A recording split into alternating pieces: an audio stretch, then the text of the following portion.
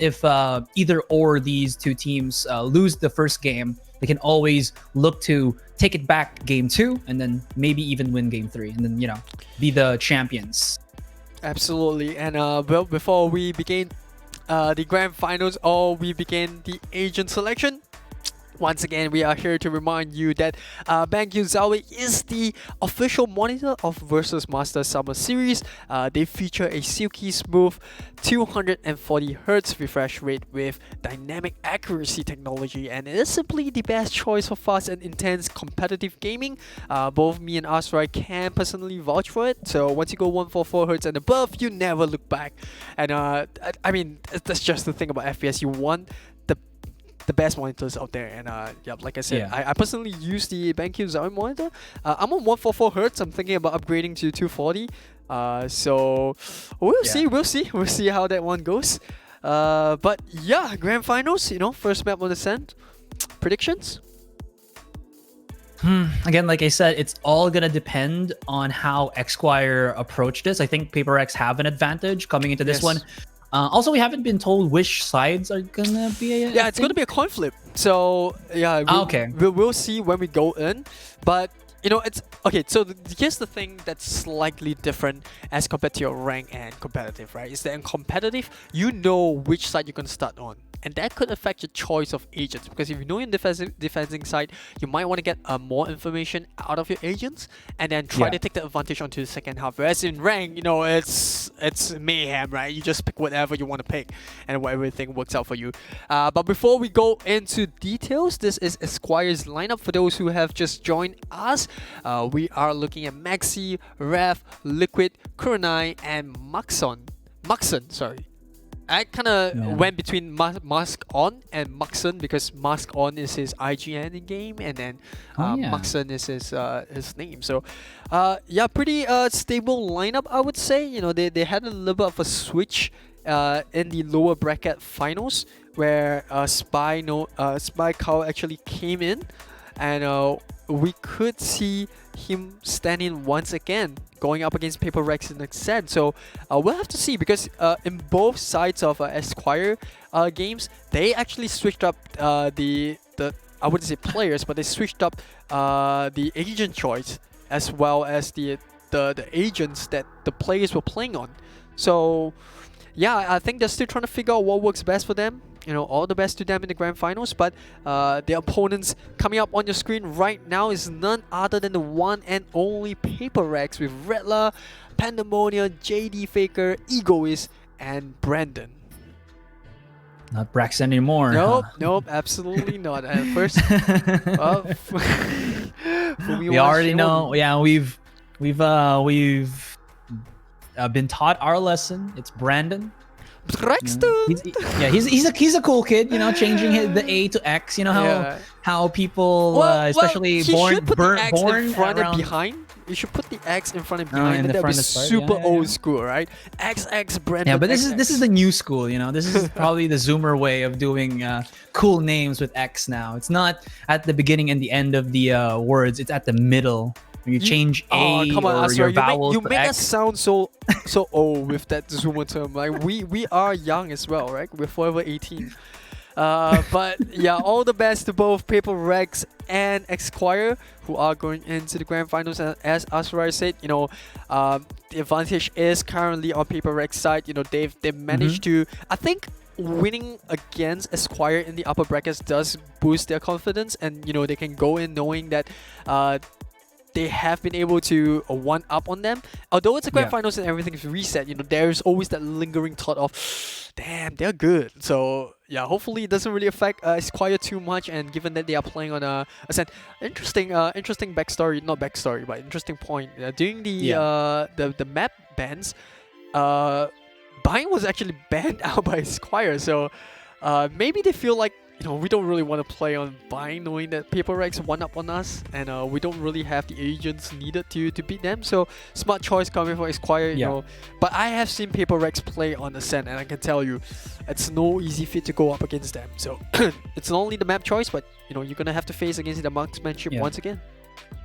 Also, something that's probably gonna be one of the things that Esquire has to be very worried about, as well as try to deal with, is Brandon. This guy, going back to earlier this day, memes and jokes aside, he was playing the Jet and with an operator, and there was so many situations in the bind map where he basically had free reign on long angles where he could just hit a shot and doesn't even need to get flushed out. No smokes were used, no flashes were utilized to flush him out on these angles where he's so dominant. Yes. And now with having Spyco playing an XQR, and he played, I believe, the Phoenix. Yeah, thank you. On the previous game, having someone like that who can actually push out and even have the run it back so that he doesn't die really when he gets shot by Brandon, if he's going to be playing with the operator, could be something the XQR can use to their advantage, so that this aggressive and very dominant Jet player doesn't control the areas where he defends or attacks on. And that's something that XQR have to put in their lineup sheet or plan or strategy sheet if they want to at least break down the roster of Hyperx. Yeah, and the thing about, I love the fact that you brought up the running back coming up from the Phoenix player that is Spyco, because, a lot of the one mistake that a lot of players or teams make when they're utilizing Phoenix running back is that they just use the ultimate to try to get information. They'll hopefully try to get a kill with the ultimate. But if you really know how to utilize it, you can actually have someone stand behind the Phoenix. So when a player, you brought up the example of Brandon getting the first shot, even if he takes out the ultimate and the running back, you can have the second player trade that frag. And then you're suddenly in a 4v5. So even with the running back being wasted per se, number one, you bring down Brandon, or you push him out of position, and that, I think that is more than enough done if you can push an operator out of that prime spot. And given that they're playing on Sand, most of the time operators are either on the B side, or rather the market, or the back to CT area, or the A heavens. So both sides are really vulnerable to rushes if they can get in. Yeah, agreed. Also, I'm kind of curious, since this is Ascent, and this is a map where we have seen NA teams in the Ignition series not use a Sage. So are we going to see that from our Singaporean teams here?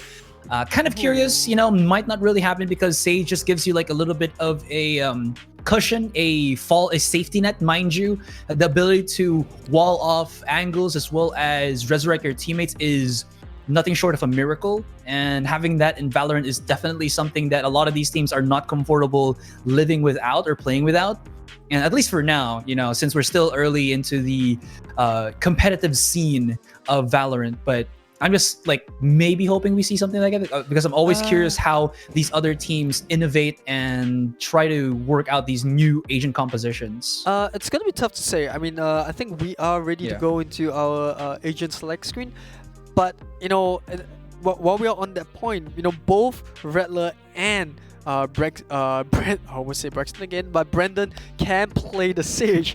And with Rattler coming into the team and playing that Sage role, that gives Brandon the freedom to play on the Jet. So we might see a whole new composition. We never know, because they've only played one game. But before we go into the first round, I'm here to remind you about the Hyperx Giveaway. Yes, it's here once again. For those viewers at home who are watching this, you can stand a chance to win this giveaway by Hyperx. So our winners of this competition will actually walk away with the Hyperx Cloud Stinger Core 7.1 because, they are the winners. But on top of that, we are also giving away in this mini raffle, or this I wouldn't say raffle, but this mini competition for our viewers at home. You can stand a chance to win either a Hyperx Cloud Alpha S or a Hyperx Alloy Elite 2. So all you have to do is go onto the link on your screen right now, the bit.ly link, Hyperx versus Masters, and follow the instructions there, and you might be one of the lucky winners.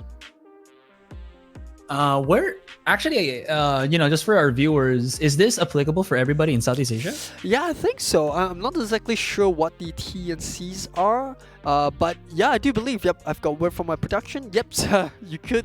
It's open to everyone in Southeast Asia. So I think Asura has a little bit of an unfair advantage over me because I think he should be going on the screen right now, going to the link. But yeah, the background noise coming in. They are choosing their agents. And I believe we can't really see who's on the attacking end first. But that should be revealed very shortly. Sent the technically newest map in Valorant as of the moment. Very, very crucial on that mid control. Again, more so than not, we're gonna have to see Omens in play, and yeah, we do. Sometimes teams do just get the Brimstone, but because of, again, how we talked about how a lot of these more experienced and competitive teams really play slow and methodical, being able to refresh the smoke is better than just having like 3 instant smokes with the Brimstone compared to the Omen. That's why we'll have this.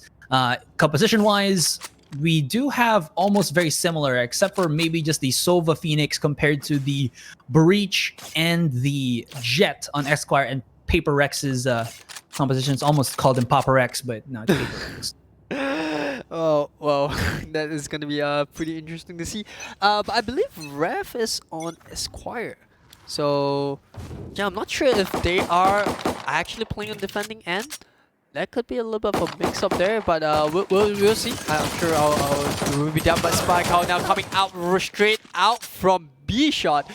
Or rather B main as some call it, or rather I call it myself. I don't know why I said B shot, but JD Faker gonna punish the push coming from the Omen. And it's going to be a 2v4. No, Esquire had the right idea there. They wanted to push out, but the angle and Paper Rex just knowing what to do. 2v4 immediately turned into a 2v3, but the A side has been contained. Maxi has no abilities whatsoever anymore. He's going to try to break the door here, but has to wait for his teammate as backup because it's going to take him a good 5 seconds to get on B heaven. But footsteps as well as more shots being fired on doors should give a clear enough information on where these retaking members of Paper Rex are, or Esquire are. Yep, so we managed to fix the names right there. Thank you very much. Esquire now in a 1v1, or the 1v2 situation. Yeah, Liquid just trying to make things work. He gets the shot off.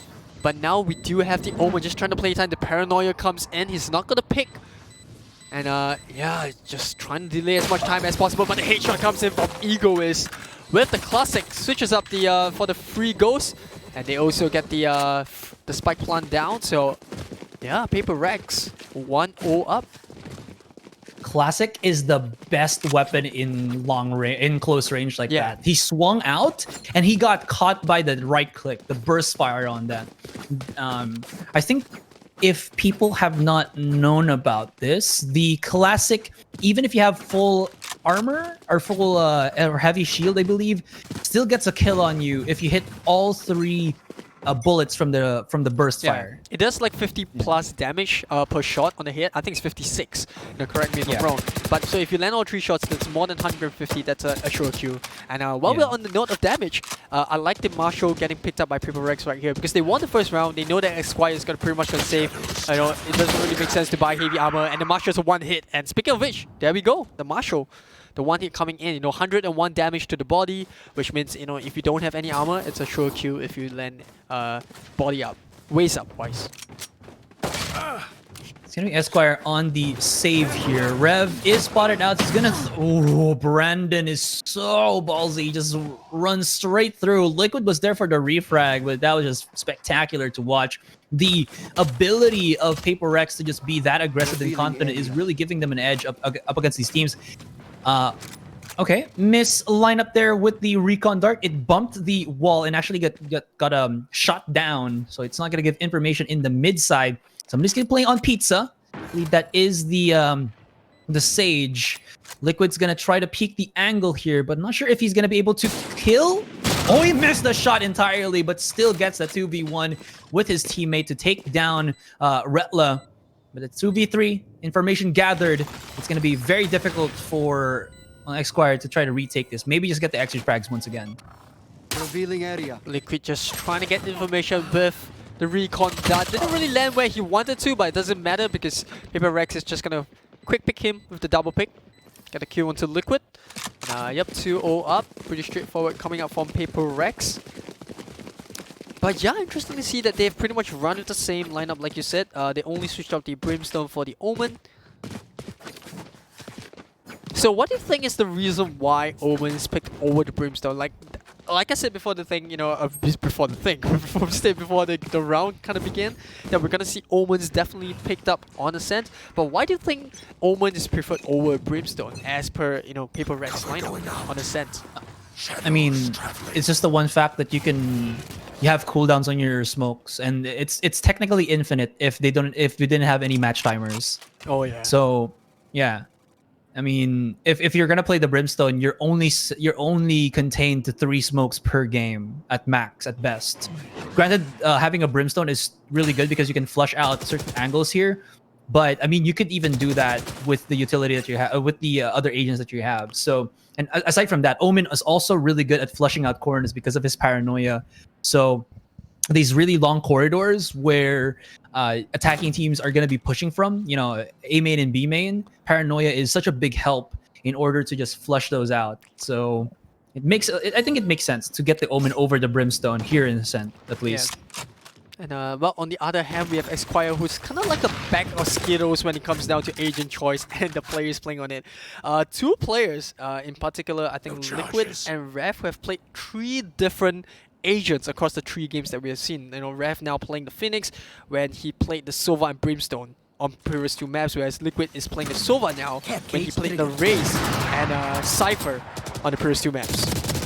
Cypher is so strong on defense. He's gonna try to push through, pin down people on the smoke, and Esquire so strong on that defense. I mean, unless you can, you know, find Cypher and break down his tripwire, and shut him down, it's such a difficult thing. And Spike0 was able to use all that confusion, use all of that utility, and get himself a 4K to his name. Hyperx should still have money to buy, but you can see already the Esquire are ready and more comfortable in Ascent compared to the previous map, which was Bind. Yeah, I think it's not only that they're more comfortable on Ascent, but I think, you know, they feel like they have more of an even ground in Ascent as compared to Hyperx when it comes down to Bind, where, you know, they were completely getting flushed out. And there was absolutely no strategies that were working in their favor, whereas on Ascent, I would consider it a little bit more balanced, so maybe they feel like this is something that they can stand a higher chance of winning. True. It's a different map, different time, different game. And this is a seemingly refreshed Esquire. 1-for-1 trade there on mid. But this is, I believe, Hyperx on a measly buy. Are going to be pushing in onto mid. There was that trap that was showing up his opponent. Spike0 is going to go for a multi-man spray, but the fancy footwork of Hyperx will not net him a kill. This is actually looking pretty good for Hyperx. They're losing up teammates left and right, but Maxi is hitting the shots that he needs, but there's still 40 seconds on the clock, so this is allowing Hyperx to maybe find more options to work with, but it's weird. It's a crossfire here. One's in B, one's in A. I think it should be B, yeah. Yeah, I think they didn't spot the spike though. Although we do see a little bit of a... Yeah, they didn't spot the spike. If not, they would have sent the Sage over onto the A side. But now, he's slowly pushing through. That crouch... Oh, rather, that crouch is not going to allow him to spot a button. The tracking down will get him. But Cypher now, he's going to land the shot. And Maxi, reliable as always on the operator, gets the kill onto Redla. And that's going to tie things up for Esquire. 2-2. 2-2. 2-all for both sides. Yes, yeah. this should do. Not sure why Redla didn't just try to wallbang through the box there. I think at that angle he should be able to have taken down Maxi, and it did see the blood splatter, so that means that Maxi was, if not low, at least injured at some point there. Yeah, maybe he was just hoping for a headshot. Just maybe, but you know, true. It just didn't work out for him. And thanks to that, Maxi did manage to get the shot off, so credits to the operator user. But now, we do see Esquire splitting their defenses up, a little bit of aggressive push coming up from A shot. Sova's going to use the ultimate coming in. Brandon getting taken out by Spike0 from shot. Rev Pep breaking through the smoke. Not going to be phased by the smoke there. You will not kill my ally. But Redla's gonna use the Resurrect onto Brandon, so that brings the numbers back to Paper Rex, although no favor for them. Meanwhile, Brex. Oh, I keep saying Braxton, but Brandon's gonna push out to high mid. Spy gets taken out right behind the boxes. They're trying to get the mid control, and like you said, mid control is so important in the sense. And Paper Rex definitely have that in their mind. They're waiting for the Sage Wall, 30 seconds. And I think we are down to our last 10 seconds before the wall does break. Here we go. Paranoia activated. They're gonna try to peek through Workshop. They don't know! This is gonna be big! Oh, the spike! That is such a capital sin on whoever plays to push onto the B side. Never checking Workshop like that is... That's due diligence to always peek Workshop. And not only that, the Sova's Recon Dart actually distracted the Omen player on Esquire, which I do believe is actually Spikehouse. So Spikehouse actually got distracted, which was a little bit puzzling to me because he wasn't gonna be revealed by the spike by the Recon Dart in the first place. He could have just stayed onto the back of B, but you know, it is what it is, and that is going to be an easy 3k by Redla. Very aggressive use on the run it back, but one slow orb is enough to stop it. Ooh. They actually got a kill here, and Paper Rex will get at least stopped by a wall. Mask on still has all of his utility. Now he uses all of it, but that did stop the full burst here of Paper Rex. Beautiful aggressive push from Mask On. He spotted Egoist on the rotation, and the push onto mid. Double kill for Maxi, and Rev joins in the party with the final frag onto Retla. And this is Esquire showing their strength on the defensive side here in Ascent. Yeah, good play coming out from Mask On, like you said, to just I want to say that wasn't a risky play. It could have worked out really well by Paper Rex if they just held the ground and punished the Sage push, but you know they already made the call to rotate into B, and the Omen just got caught lacking. True. Aggressive push here onto Shower, or rather onto B main. Redla did get the refrag. Another one coming right out, but Brandon already has his signature weapon. It's the Operator. Liquid playing on the stairs here, right outside of Market. He's waiting, has a very cheeky angle, and Brandon has to peek through this. He doesn't know yet, but this is turning into a regular angle. Liquid. Common angle, rather. Oh, he hits the shot. He can hear the footsteps, though. Is he going to be able to get that refrag straight up? Redla picks up the Operator here, but it seems like Liquid was able to rotate already, pop a shot off. No, he just respects that the flash was there, and he backs away. 55 seconds on the clock, but all members of Paper Rex are here. They only spotted the one, though, but they should have an inkling that there might be more members of Paper Rex. One flick, but Rev, faster than a speeding bullet, shuts it down. Easy play by Esquire here on the defending end. And you know, we talked about this, you know, we talked about a refreshing breath of air for Esquire on the new map, new play. And it's working so well for them. The cyber camera, or rather the camera, is gonna note him out. Oh CCTV guard there, just constantly keeping an eye onto the Omen. Didn't know where it was located. It's directly above him, man. You know, that's the thing about playing against a Cypher, is that you never know where the cameras are. Yes, I think there are usual cam spots, especially on Split, on Bind. But, you know, when it comes down onto Ascent, there's just so many angles that the camera could work. That goes there. And I don't think he had the time to look up on the wall there and destroy the camera, because opponents, or the retake was already happening. So it's either he had to go for the 3v1, basically wall hacked, or they had basically the camera on him, so he couldn't really hide anywhere to you know, to play peekaboo. It's still very painful to watch, though. Paper Rex might be on a save. Are they? Did they buy up? I think they did. Maybe just a couple of Spectres and Vandals, but this just means that they don't have much money to work with. Esquire just making sure that they hold the tight angles, making it hard for Paper Rex to push right through. Cypher just gonna use the operator right there. And even if he misses his shot, he can always pull up the Cyber Cage to delay the push coming from Paper Rex. And worst come to worst, the tripwire is gonna slow them down if the rush comes through. Wall gonna expire here after the 30-second duration. The Sova recon dart just to add to more information. So now they know that there's at least one person in B main, but where are the rest of Paper Rex? Because at this point in time, they only know there's one. Well, it doesn't matter though. Rev is gonna get the shot onto Rattler. And they're gonna instantly use the run it back just to scout for more information. That's gonna send Paper Rex running right into mid. A little bit of a waste from Rev, but you know, at least they delayed the take. Esquire now, they know it's a fake. They're trying to make the rotate now onto A side, left with 13 seconds. Can they make this play? JD Faker coming in from Gardens. They force the plant down onto the E-box.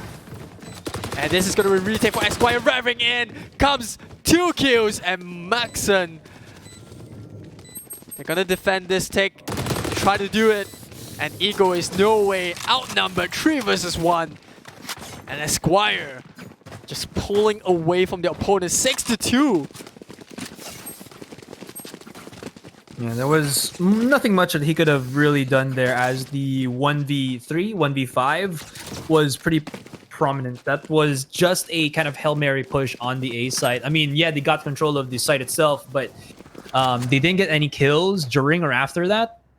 That means that all Esquire had to do was just wait and play for retake, because they got the numbers advantage as well as the utility. As you saw, Paper Rex was just throwing everything except for the kitchen sink. You know, throwing out all the smokes, all the paranoias at the very start just to secure the A site. And after that, that's when kind of all hell broke loose. Now, they do have an angle here. One-way smoke as well as a trap will be there to kind of stop them. Ultimate activated. They have to push through this though. That's the thing. He's gonna miss the shot, and this is beautiful use of that JD Faker Rolling Thunder, and this will secure the A site. Didn't know that could happen, but well, Paper Rex will take it. Spike a while though, able to get a kill through the smoke as somebody was trying to push up aggressively. There's still that itty-bitty corner that will be spotted out, but they're just gonna break the ice. Spot out Redla, spot out Pandemonia. Egoist is still here. He's on long once again. This is a 2 versus 4 scenario, but they're doing it, and they're using the tight gaps of that wall to their advantage. And Faker, JD Faker, gets himself a triple with the help of Egoist. That was the messiest retake that I've seen coming up from Esquire. They were doing so well up to the point in time. And, you know, the playstyle that we usually see that from them for the past 5 rounds when they were doing retakes got thrown out of the window. You know, I don't know, the resurrection onto heavens without the wall, and, you know, not being able to just hold the site as well as they could. Yes, you know, true enough, the Rolling Thunder did put the Cypher out of position, but it was still a 4v5. They should have known that Paper Rex was on eco. I don't know, that could have been a lot more coordinated. That's true, but Paper Rex also, you know, to their credit, was very quick on pulling the trigger there. They had the ultimate. They know that they can strong arm somebody on one side, and they decided for A because it's a little bit more open-aired or open-spotted, so maybe. 2-man peak. Rev got a little bit too greedy on that one, but they've pinned down 2 members. They can maybe win this one, but Esquire is being a bit too greedy now, a bit too overzealous, and they're kind of paying the price here. They have traded in 2 for 3, but numbers still in the favor of Esquire. Make that even better for them, because Redla getting all the kills from the past couple of rounds. He is getting his resurrect very, very quickly in the next ones. Mask on, not anymore on Workshop, but they have to check. They have to check that angle. He already is destroying them once again. Is history repeating itself? Oh, Mask on, you monster, you. Leading us into the 1 versus 1, but Brandon, calm, controlled, and collected, slaps the face of Maxi down to 9 HP, but he didn't want to drop onto the site. He wanted to stand his ground, and he did, and that's going to be 6-4 in favor of, well, Esquire, but Paper Rex do win that last round. Yeah, just... that was a little bit unfortunate. That could have been a very important round for Esquire, and you know, they could have just put Paper Rex onto the eco again if they had actually managed to pick that round up. Yeah, but good individual play once again coming up from Brandon. Or rather, was it Brandon? No, it's actually from Maxon, who actually did manage to hide once again in the most unexpected corners. Although on Paper Rex's part, they should have checked the Kabi. I don't know, that was just so weird coming up from Paper Rex. They just lacking in terms of checking corners. It's weird, right? They did their due diligence to peek out workshop, and then as they peeked out workshop, everybody was just looking at it, and they're like, "Yeah, they it's didn't clear check already," logs. but, Like, I don't yeah. know. That's just so weird. But you know, they still managed to get the round in. So saving grace for them. 4-6, still in the favor of Esquire, but could have been a lot better for the latter there. Paper Rex now setting up a little bit of a slow push towards B. The running back coming in from Spike out. They managed to, or rather from Ref, they managed to get the first blood in. Paper Rex here, they do have 2 ultimates to work with. Mask on the other hand, here on the B side, still has both, excuse me, his slow orbs. This could be pretty powerful. Check this out though, Brandon aggressive. He saw the angle of where the smoke was thrown out, and he pinpoints it into the face of Spyko. There is a lot of abilities being used already. Where was that teleport activated? It's still gonna be onto the B site. Great shot from Egoist, but Liquid is here to defend. They still have to push. Egoist will spot out one. It was on workshop, but it seems like Paper Rex was able to go into the site and plant it. This is a little bit concerning because 2 members of Paper Rex are very low. They need to get a heal up here, but Retla is getting pinned down. Will be able to play around the back of B. Yeah, backstep indeed. Oh, it's gonna be the 1 versus 1. Brandon coming in from B main, gets spotted out, but he is so good. Reaction time on point, and clutch will happen. A little bit of paranoia, literally, coming up from Paper Rex right there. The last minute push with 2 seconds to spare before the spike plant. And then the backstep coming out from Brandon to catch the rest of Esquire off guard. But here we go, double operator setup coming out from Esquire. I think 1 on each side, with 1 on the stage and 1 on the Cypher. Although that could be a visual bug, so yeah, it's a visual bug there. Looks like they are going for a full Phantom lineup. Ooh, Rolling Thunder. Oh once yeah, again. so it's double operator lineup. I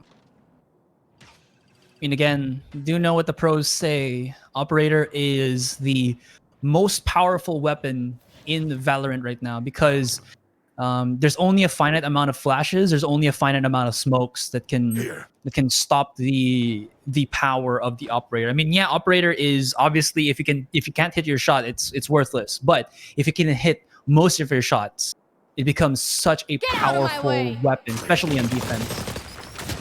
I mean, the flashes will be used here in mid area. I know exactly where you are. Cypher is gonna just review the position of Paper Rex, but I don't think they have too much issues with that. Marcel gonna get the kill onto Pandemonium, and we got Liquid coming in onto Brandon. Oh, it's quite a punishing the greedy play from Paper Rex to pick the city for whatever reason that is better. And now they know where the stage is. They're trying to zone it out, and they will get the kill with Sova's ultimate. Not too sure why he was scouting around for guns, because this is pretty much the last round before they swap sides. Maybe he didn't know, you know. It's just he's just doing his work as a good teammate. Get the best weapon, give it to the one who wants to use it. But yeah, that is gonna conclude the first half of our game 1. 7-5, definitely the scoreline that I would say Paper Rex will be looking at. I mean, they would have wanted more, but this is pretty respectable. And now they're going to be on the defending side. And they're going to have a breach on the defending side. That's very, very powerful. And especially here in Ascent, where your angles are very much affected by the Rolling Thunder, it's going to be very difficult for Esquire to kind of try to do something once that Rolling Thunder is out. Aside from that, they still, of course, still have Brandon, and defensive Jet Opper is incredibly powerful. Absolutely, and well, I really love the point that you made with the operator, and this is the reasons why Waddell and T1 is considered to be one of the best players in the game right now, is because he's just so clinical with the operator. Doesn't really miss too many shots, and like you said, if you can pull those shots off, there's just so many smokes and flashes that's available to just block out the operator. But you can kind of make up for that by playing aggressively around those utilities. And this is going to be an important round for Esquire right now. They barge their way into the side. Cypher not going to be too much of a healthy state, although it's going to be a 4v4. Well, makes that a 3v4. Brandon, you're getting the headshot onto Maxi. Ego is following up with the classic. And as much as Esquire would like, they didn't manage to get the first round. Hyperx, patient play here, allowing Esquire to go in, but holding those right angles to get the frags from market. And this is the thing about Sands on B, is that even if they manage to make it past B mid, there's just so many angles that you can still play to punish the opponents from pushing through. There's market you can play, there's CT, you can hide behind the back of B side, and B is just so tough to take. Yeah, aside from that, Hyperx had a fantastic use, really well-timed use on the crowd controls that they had. Yeah. So not really much that Esquire could do. And here is the welcome party on the A site, namely the judge. Could have to call it maybe the jury and the executioner as well, because it's just destroying whatever Esquire wanted to do on their attacking side. Egoist knows that the last man here is already on the line. He's gonna peek out, but poor Mascon had to deal with 4-5 members of Hyperx there, as well as getting hit by the paranoia in that teeny tiny corner. Would have been taking him a miracle to have clutched that. It was not, so we're gonna get ourselves a 7-7 in terms of the scoreline right now. I need this.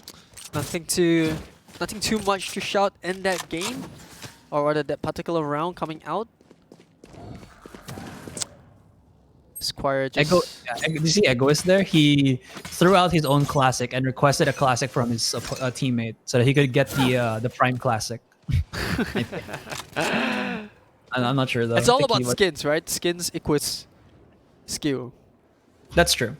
Like it feels very different from shooting the Elder Flame Vandal to the Prime Vandal, and I'm saying this like I should have bought the Prime Vandal, not the Elder Flame Vandal, because now it's kind of weird. I have a dragon in my hand when I shoot. I mean, that's cool. a reason for that though, because the Prime skins, the tracer bullets is a lot easier to trace your shots. And I'm not sure how much it kind of impacts, but a lot of pros do say that using the Prime guns are better because you can trace your shots. And so, hey, don't take it from me, take it from the pros. That is true. Maybe when the Prime Collection comes out again, I might cop it. Well, or, it does pop up every now and then from the store, so you just keep your eye out for it. Not the 1x1 store. Oh yeah.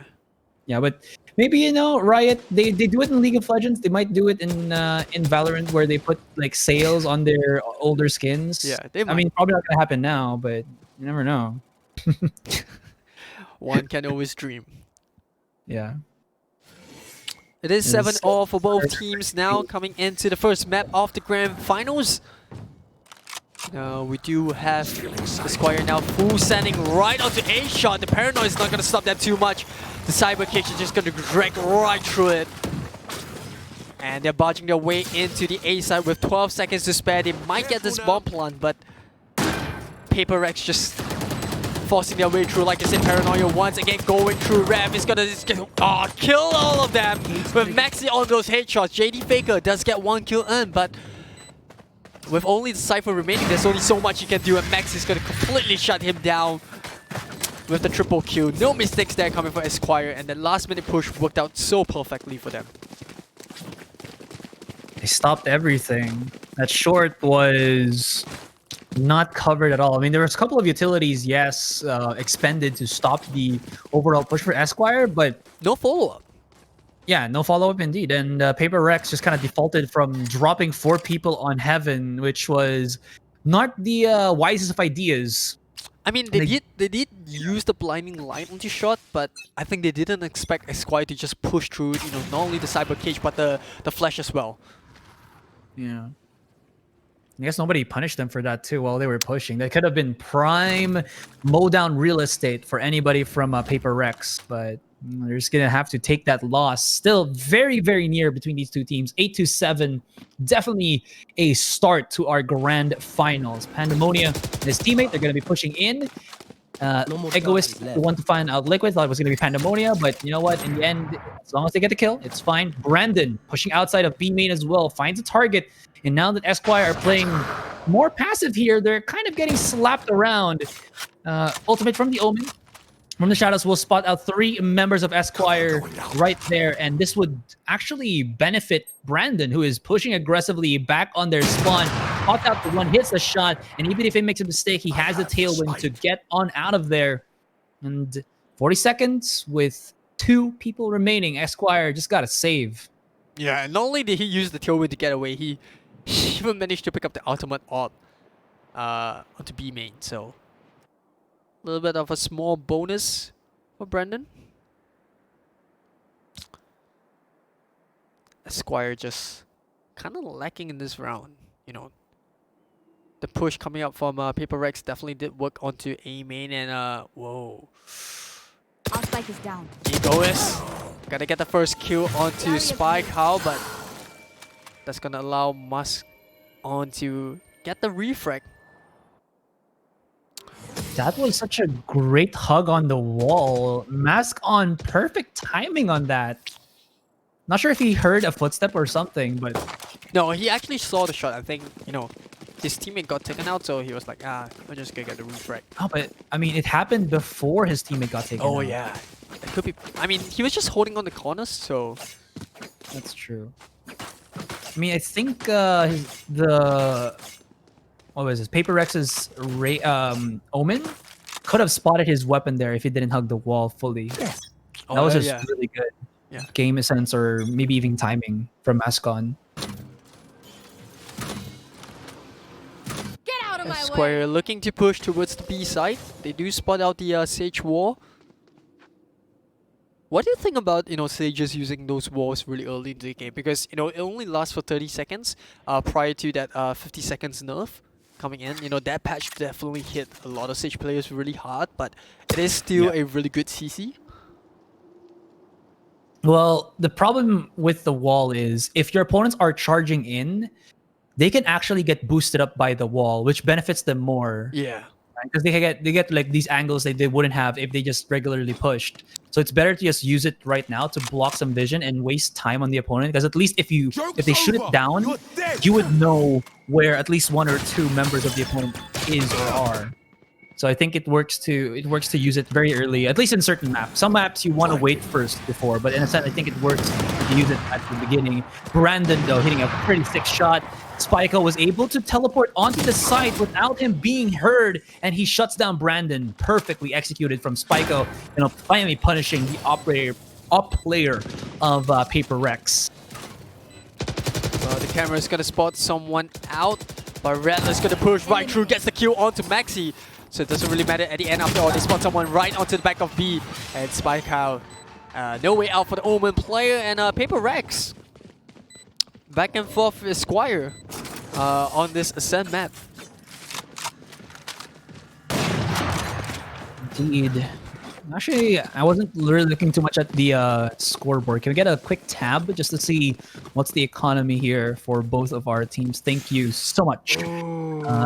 Okay, Esquire is on tatters while Paper Rex has some Moolah to work with. They even save Brandon's operator, which means he's going to be able to pop some shots off. Not really getting much value from the connives, but it doesn't matter. His op is on point, 15 kills overall on this man. So he's been very valuable.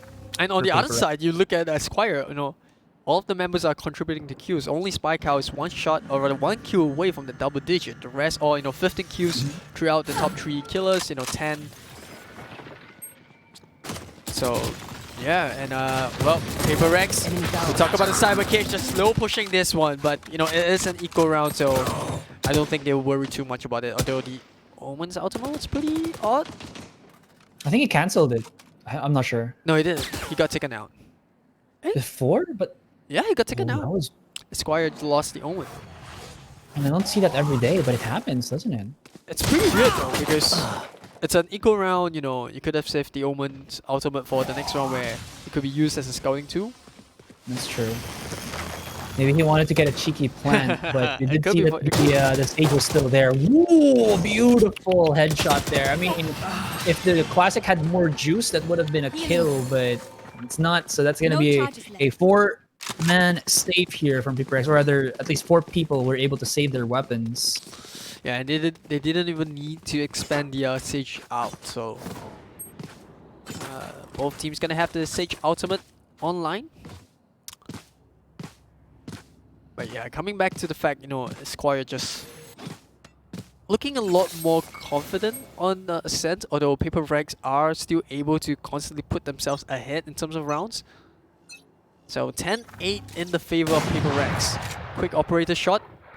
No one was there, but I think he was just trying his luck.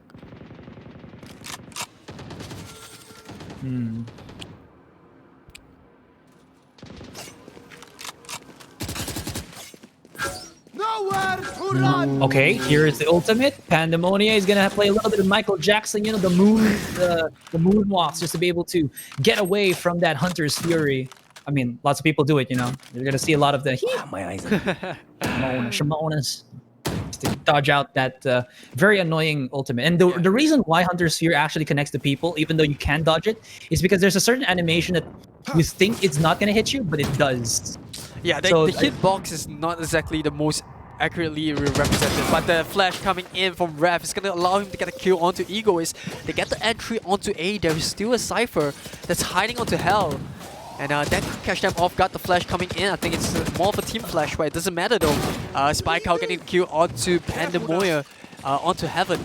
And Rattler's got shut down as well. Rolling Thunder coming in. A little bit of a slow retake from Hyperx, although it looks like they're just going to go for the save because they don't have the Sage. It's all down to the Jet and Bridge. They don't want to lose the Operator. So wise choice here. Just gonna huck onto B. Save the weapons. Save the planet. Oh, okay, they're different. Well, save their world at least for Hyperx here. They do have money to buy in the next round. I think I saw one of their members actually having like 8,000 creds to his name, so he can buy up for whoever needs it. But for now, Esquire is doing a fantastic job at keeping this at least close in terms of the rounds. They're not allowing Hyperx to run through.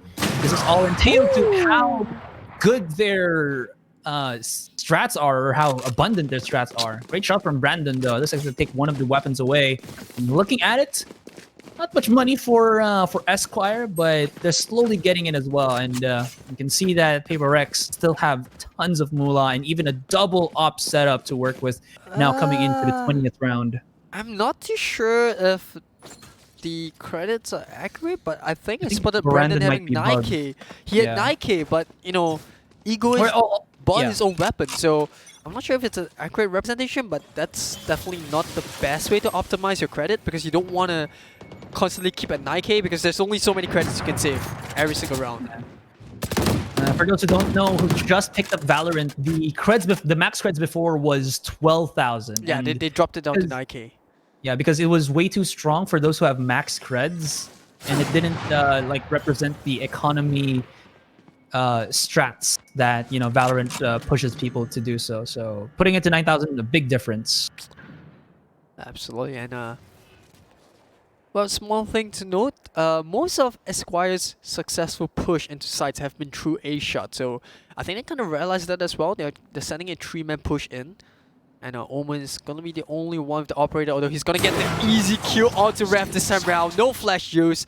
And Ego is going to punish that slow push. He spots out one more. No mistake there coming up from Ego is once again. The recon bot is going to reveal him, but kill my allies. I know he's not going to care. Ooh. Both Aftershock and Fault Line activated, but not in good succession. Brandon will spot out the one in mid. He actually has his own Operator. And Rev, you saw it once. Why would you peek it twice? Mask On does get the punish there, but 15 seconds on the clock. They have to rush it, and there's even the doorway that's stopping them on their push. Matcon had to pick all angles, and yeah, it's just a slap in the face. Paper Rex got everything locked down, leaving it only to only one person from Paper Rex was actually knocked out there. And they're 2 rounds away from claiming game number 1. Paper Rex starting to kind of slowly but surely, widen the gap here. Yeah, what started out as a good half for Esquire just slowly fading away, and now they might just even lose this first map, which it's definitely going to put a huge dent into their hope of getting the revenge against Paper Rex. Agreed. Paper Rex just getting everything in their favor in the second half of Ascent, and full credit to them. They've been holding those angles. They managed to rid Esquire once again, although it's a different map. But there's nobody that's actually helping the crossfire on B. So you can see Retla, readying himself, and he's hearing the jumps. So that's why he maybe popped out a quick smoke there, and a 2-man rotate coming in from the rest of Paper Rex. He's safe from the camera as well, so he doesn't really have to move too much. Just hold the locks, and he could do. Oh no! He spots 2 of them, but he misses the second shot. Doesn't matter though. Esquire just now constantly pushing in. Omen flushing into the side. Sova's gonna get the kill onto JD Faker. And Esquire, they managed to complete the rush. Now Egoist. Can he get a kill with the operator shot? If he actually held the angle for 1 more second, he might have found something there, but Musk on. Getting the kill onto the locks. Brandon getting the refract in with the operator shot. This could be in for a bad surprise, and Mars on just slowly crouching into the stairs. Esquire, a change of pace onto the B push, and Paper Rex just got caught off guard. Esquire is just standing on the knife's edge here, aren't they? They're kind of playing this to a very dangerous degree, but I mean, they have to. If they don't challenge Paper Rex at every turn and corner, Paper Rex is just gonna do Paper Rex things, right, and win the rounds out. But at least for now, Esquire is doing a fantastic job at gritting through and still keeping this intact. 10-11 is no laughing matter. They can overtake Paper Rex now and have a positive chance. I didn't see the weapons. I wasn't paying much attention, but. Not sure if Paper Rex did buy fully on this particular round, but still, yeah. I'm not too sure as well. But going back to the previous round, I mean, Redlock could have just punished, Esquire so badly, by playing the locks there. But credit to Esquire to check the locks, and they did lose the cipher. But at the end of the day, the round was in the bag, and that's what counts now. Is Esquire just getting as much rounds as possible, trying to stop Paper Rex from getting that match point. Who operator was operating? Oh! No! How could...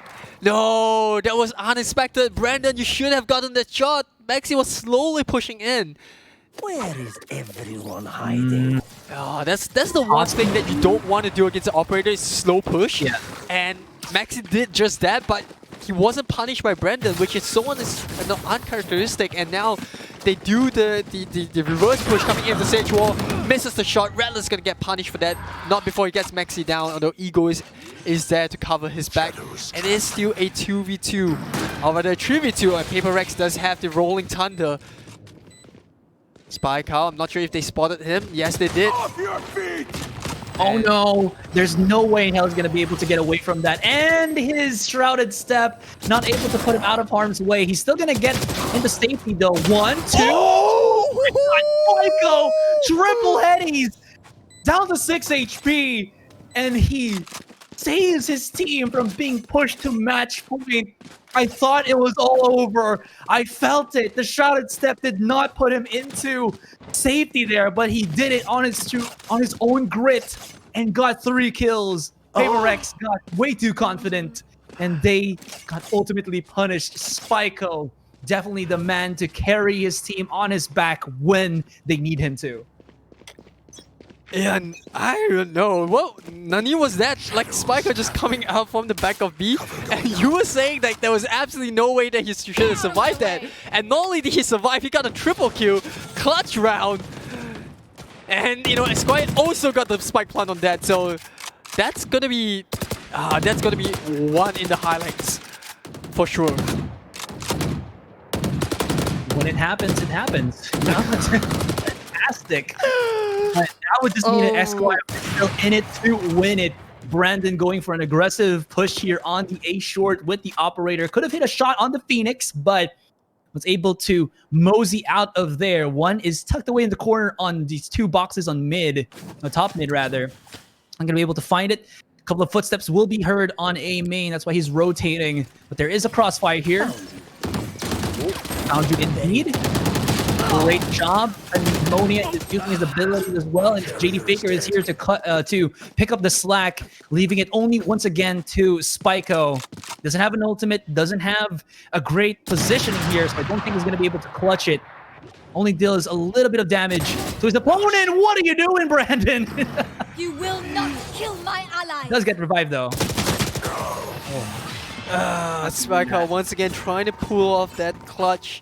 You know, tried to use the fake, but Hyperx just too disciplined for that. And well, one thing I would like to ask though is why is Esquire constantly trying to go, or why did they try to go to A main? Because they haven't been, I haven't remembered too many rounds where they have been successfully pushed through A main, and it's you know partially due or rather mostly due to the cyber cages and tripwires. Most of the success have been coming through B or A shot, so I think they should just try to stick to that. I mean, they are trying something new, you know, trying to catch Hyperx off guard, but not when you're this close. But here we go! Esquire, every single time they seem like on the brink of death, they pull something out of the back. They got 2 quick kills onto it. Rev is gonna get the second kill off this round, and well, 5v3. Or the 5v2, they know where the Omen is. The flash comes out. The Pandemonium is gonna catch him off guard, but Spyco is constantly there to cover his teammates back. 3v1, they have the Sage ultimate. Do they use it though? That's the question. I mean, they should. This is the last round till overtime. They can. There is no overtime, I believe. Only sudden death. Oh, okay. Yeah, so we're going to sudden death, so yeah, because we're playing on a custom game, so there is no it's gonna be the end game. Okay then, so it is They changed it to end game. It used to be called sudden death, right? Yeah, I think so. Well, end game sounds cooler, you know. Yeah. It's like Avengers end game. Oh, what a game this has been between these two teams. Bring it down all the way to the last round, and well, Esquire just putting on a show for us. Hyperx were a little bit impatient there with the mid push with the jet. Didn't really work out too well for them. They have a very aggressive op in pushed up forward on mid. Pop shots and the smoke will at least push out Brandon from being that aggressive, but Spyco has woken up. He is just punishing everything that Hyperx are doing here, and Esquire, from what looked like to have been a grim and almost close defeat, they brought it back. And now it is a 4 versus 5. Brandon is trying to kind of stabilize it with finding a kill in mid. Nobody's gonna try to go aggressively at him, and the flash will at least, you know, maybe discourage him. But Rev doesn't know. He doesn't respect that is Brandon. Second shot pushes through the smoke. He doesn't even care anymore. 3 members of Esquire are gonna be on a short. They haven't been spotted out yet, I believe, and they're going through grass. This could be pretty big brain plays. But you can see already in the minimap, Brandon is already looking at their own spawn. They got an inkling, they got a whiff. That there's some shenanigans happening on this one. And Brandon is not going to take a shot though, but they know now the information has been leaked. And Retla is the man to defend. He has to stop this. 1, 2. And what's gonna happen? It's the peekaboo, I see you, but Spyco not gonna, forfeit just yet. He's not gonna concede. It's gonna be a 1 versus 2, but Spike will get planted. What's the play? He has his ultimate as well, so maybe he can reposition. Picks up the Vandal. Gonna peek out 1. Gonna find a second. He's running away. He's down to 50. Oh, he's trying to run away from the shouted step. He's back onto the site. He still has everything. Oh, maybe he's clutch 4K Spyco. He's done it once. He'll do it again. And Esquire get the advantage in this best of 3 game 1 in their pockets. Holy smokes! What was that? That's right. Holy crap! Oh my goodness. I don't even care what the scores are, but Spyco's got to be the man of the game there. Oh, if anyone could do it, it had to be Spyco. Once again, clutching not only 1 but twice with that 4K. And even at the very end, he was so close to being taken out by Maxi, just using the teleport, the jump at the very last second, down to 40 HP. And, it was just so tough for Maxi because he heard the sound, but he didn't know where the Omen could have went. And that's the thing about playing Omen on set. There's just so many angles that you could play with. And I'm getting so riled up. That was just amazing coming up from Spyco. I'm still shaking from that round itself. But what a game that was in a sense. I'm glad. Whatever the results are in the grand finals, I mean, there is just... we still could have 2 more games in the bag, but... Whew, that was amazing. I mean, yeah, you're already saying the stuff that's in my chest, is in my head. That game was just unbelievable, and I'm in disbelief that Spyco... I mean, not saying that he's not a good player, right? It's just more of like, I'm in disbelief that particular clutch happened. He's so smart. He felt it already, He kind of ignited himself in that 1 clutch before sudden death, and now he does it again when his team needed to.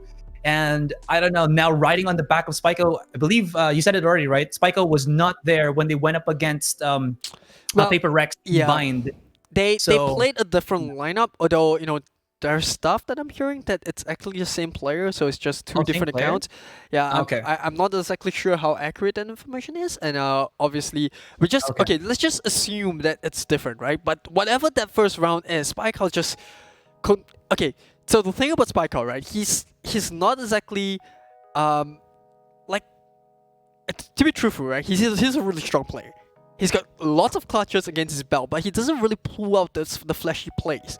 It's just him being able to clutch. He doesn't make risky plays at all. It's just him being so consistent and being so reliable when the team needs him at the most in those moments. He just pulls it off. Like, what more can you ask for in a player? You can't, right? he just does what he needs to. All right, I'm just like seeing it right now on the stream, and I'm still like getting shivers on it. it's the Spyco clutch. That was just insane. It'll be in Masters history, man. Yeah, I mean, I'm just waiting for the replays to come in because I know we're gonna see Spyco clips just play over and over again. I have seen some insane plays from tournaments from other regions, especially in the EA servers where they're really so clinical but still able to pull out clutches. And I can safely say what Spyco did in those 2 rounds that won the team, not only those rounds but the game, that map itself in a sense, definitely has to be one of them. It's got to be up there. It definitely is. And I mean, can we just like not take a break anymore and go straight to game? Well, we gotta give them a break. We gotta give them a break because we've gotta go into replays. We gotta give the team a little bit of a time to go through the maps.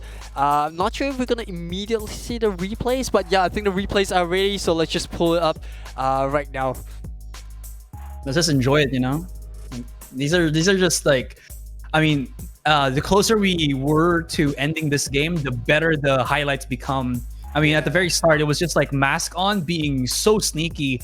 At first, he played on Workshop, and then after that, he went up to Logs, and it worked both of the time. Spyco didn't look too good at the start of this game, but he definitely redeemed himself afterwards. This one just expertly done by Paper Rex, in this particular highlight. Questionable on Squire's part to just rev there, but yeah, here we go. Rattler could have done a lot more if he didn't whiff those first few shots onto the opponent's Sage, but it doesn't matter because didn't get punished for it. I think this was the round where the clutch. Yeah, this is the first clutch that just, oh, I don't know, it was just insane. And then this one, the spike plant coming in, you know, putting the blind in, and then just picking out at the right time. And look at that, every single movement of Spike are just completely on point. This one is just gonna catch Maxi off guard. He doesn't know where it is, you know, so many angles he could work with. And then Spike out just eventually winning the round for, or rather winning the map for Squire.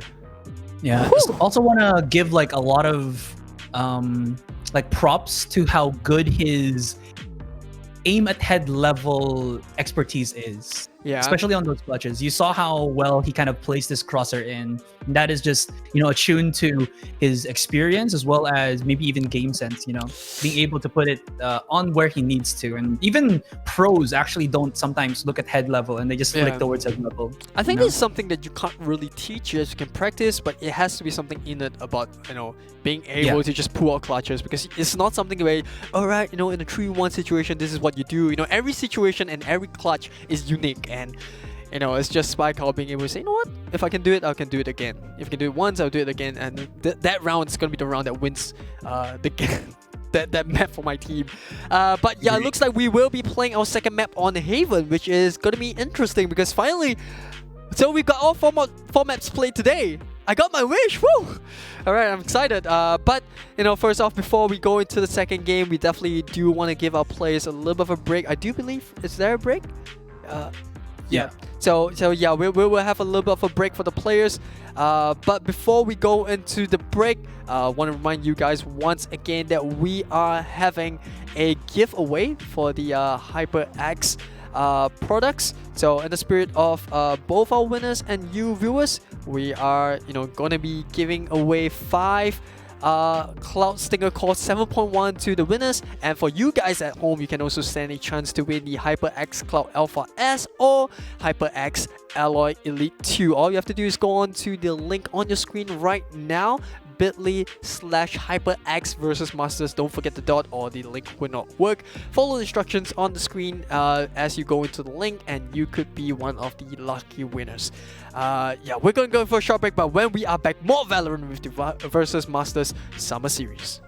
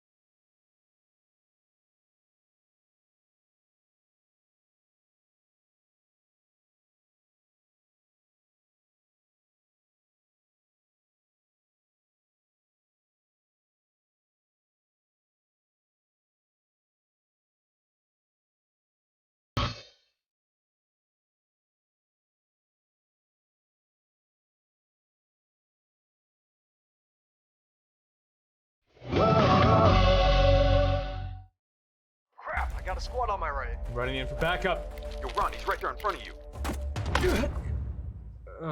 Sorry guys, it happened again.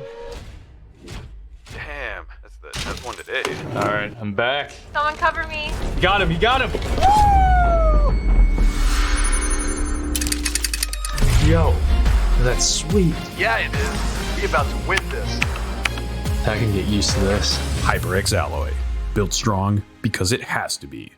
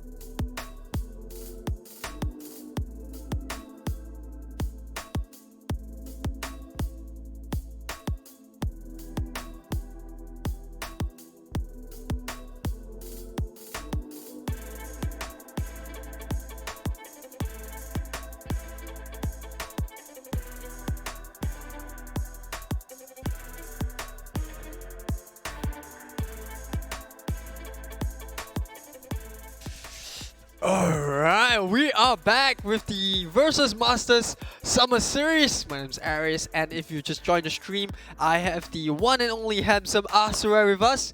We've just managed to witness what could have been the most exciting round in our tournament so far between Hyperx and Esquire, with Spikeout obviously the man of the hour clutching it. And here we have Asurai with the really cool Valorant mousepad. Is that the official mousepad? Yeah, it is. Oh my goodness, that looks so dope. But the other one's got like a jacket. It's much cooler. At least you can wear those, you know? Yeah, it is. And obviously, I'll definitely want to get my hands on those as well. But without further ado, let's just jump straight into the second game. We are going to be playing on Haven. So Asurai, well, it's not exactly the most exciting map to play on, but it is one of the most interesting to cast because there is 3 different bomb sites. The only map that has 3 bomb sites.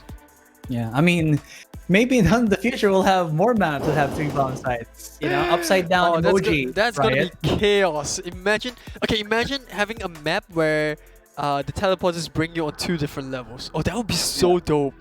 Because like, you know how in CSGO, the rule there is always the rule of 4 quadrants? Oh, yes. Right? Where you split up the map evenly in like 4 sections. So like, best example would be like Dust 2. And the similar example to that in Valorant would be Ascent. And then you kind of just throw that all the way with Haven. And you said it earlier as well. Rotations from site to site, like from A to C obviously is the longest, very difficult. Even A to B is also pretty long and pretty tedious to try to rotate to. So Haven is more of just being able to lock down sites as the attacker and, you know, stopping the rotations, or and as a defender it's more trying to stop the push before the plant happens, because retakes are exceedingly stressful. Yeah, I think it's not only stressful, but because, like you said, the rotations are so long that it does give the retake, you know, a tougher job to retake, because, you know, there's that amount of time that you need to travel from side to side.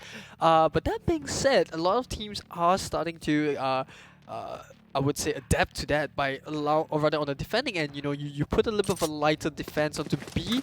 You know, you got your A and C sides more tightly, and then, you know, you pretty much just convert B into a site where if the spike plant does go down, then you pincer the team that's on the attacking end from both sides and try to retake with those angles. Now, checking at the agents here, we have Rev back on his Phoenix. Brandon still sporting, of course, the Jet. We will have Cypher, of course, because Cypher does at least alleviate that that tension to have like a 2-2 to allow you to do that 2-2-1 setup, and he just locks down a site incredibly well. Honestly, I think Cypher is better off just being on A more this time rather than C, where he puts his tripwires, but that's actually going to be the case here. He's just going to put his camera on C. No rushes here from Hyperx for the moment, but they're hearing the steps on short, and immediately a big rotate comes out from Esquire, who is playing on the defending side. Okay, that's slowed down by the paranoia, and yeah, Hyperx just resetting their push, although it still looks like they're going for the A. I think they're faking a retreat through shot. They made a lot of sounds, quickly retreated, and now they're slow pushing back into A side. First blood gonna go towards Maxi's way, gets the kill, and the Cyber Cage gonna delay the push, but not for long, as Hyperx, they finally power their way through, although Spikeout, and we know how much he loves to clutch this game's JD Faker, a little bit too aggressive, trying to spot out onto CT, jump shot coming from Spikeout once again, trick you, but the Omen player picking up where he left off from the first map of Ascent. That was just beautiful. The flashpoint of the breach from Hyperx did nothing, because nobody was close enough on either short or long entrance. So everybody was just on the back of site, and I don't know if Esquire planned that initially, but at least their defense wasn't really thwarted at all. Looking into it as well, Hyperx is that right? Is Brandon on a Phantom, or is that another visual bug? I'm pretty sure no. They only are on the upgraded pistols here. And there you go. Oh, that's such a beautiful Molly as well as a beautiful recon dart. So much information gathered, so much damage dealt as well. And that's going to leave a lot of the members of of Esquire here kind of wounded and tattered. But Brandon, beautiful flank coming in from C-Long. Yeah, decent amount of damage done onto Esquire's lineup, although they did manage to keep their manpower still healthy, 3 versus 3, although they do have superior on the guns. The Ghost trying to attack him from afar. Egoist is gonna make no mistake. Hyperx are not going down without a fight. And that's gonna be the Marshall shot coming in from Egoist. The camera's not gonna give too much information to Max. He still has a lot of angles that he has to cover. And yeah, that's gonna be the double pick. So Hyperx showing why it's so tough for defenders to defend a site, even when you have the advantage in terms of economy. And yep, looks like we've got a 1-all situation on our hands. No charges left. Hyperx just gonna try to keep themselves ahead. A couple of rebuys coming out right through the sides. We do see Pandemonium still on that eco. Yeah, I got disconnected for a second there. Get out of my way. But mostly the way to kind of counter that kind of buses is just one and one thing only. Buy yourself an operator.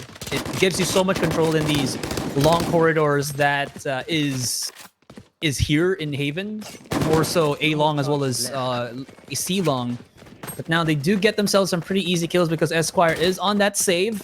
Brandon gonna be on the forward push here, and it should be a clean round. They did lose yeah, one of their omens, but it should be fine. I'm just gonna be trying to save some weapons, but they can't find any. Well, we did give you or else I did give the viewers a heads up. Well, it's a fun game, or rather a fun map to watch and cast. Not so much for the players themselves, especially when you're on the defending end, because a lot of traveling to do, a lot of ground to cover, and obviously a lot of entry points for the attacking side. Here they are, gonna go for some exit frags. It's gonna peek the corner. Mask on. Put it, mask off. Oh yeah, he hits one. He's looking for the second, playing that range that mask on cannot really hit the what? You backstab the backstab. Was that the kunai or just the stab? That was the backstab. As in Okay, the just kunai, the the knives, the knives. The knives. Yeah, so it was a headshot onto the last player of Esquire, who I can't really... Was it the Sage or the Silver or the Cypher? The Sage that was killed. Yeah. Can we press another quick tab? I want to see if somebody bought a operator for the defense. It's gonna be Maxi on Esquire. Yep, no surprises there. He has been constantly filling in the role of the operator player, and it's quite unorthodox to have a operator on the Cypher player, because mostly you would see the operator on either the Sage or the Jet. That's true. And sometimes you would want the Cypher to get that, because more so than not, Cypher plays alone. He's a loner. Yeah. Because he just has his abilities to kind of keep him company. So it would make some sense. He will have to kind of play a little bit more differently than if it was a operator Sage, operator Jet, because there's no tailwind to this man. Right as at this moment, Esquire does find Brandon, so Brandon did have to forfeit his op. Egoist, let's pick it up. He's actually been a pretty good operator on their end. Beautiful flash there from Rev. You heard it. And now he has enough for his ultimate. They're peeking him right up. Nobody was there to save him, and the flood in onto the C side. But Egoist, as well as his teammate, are here. He picks up the Phantom. Does get the one trade. Spyco, Waldo will be able to shut him down as well. And this will leave it to a 2 versus 2. Mask on. Perfect timing on that peek. Finds Retla. And now this is very winnable for our Esquire duo. Egoist left into a weird spot where the bomb, or spike rather, is not planted for long. So he has to defend the site by himself and peek these two angles, Garage and Spawn. Because he's the one misses it, and he gets immediately punished, and the flames of Smaug will devour him. Hyperx being punished for lacking too many manpower for the defense. on the retake, and Esquire is just going to capitalize on that. I was just about to say, the retake would have been super tough because they didn't have the ultimate on both the Sage and the Cypher, but they made it work with a bit of help of lucky timing with the Sage picking the garage.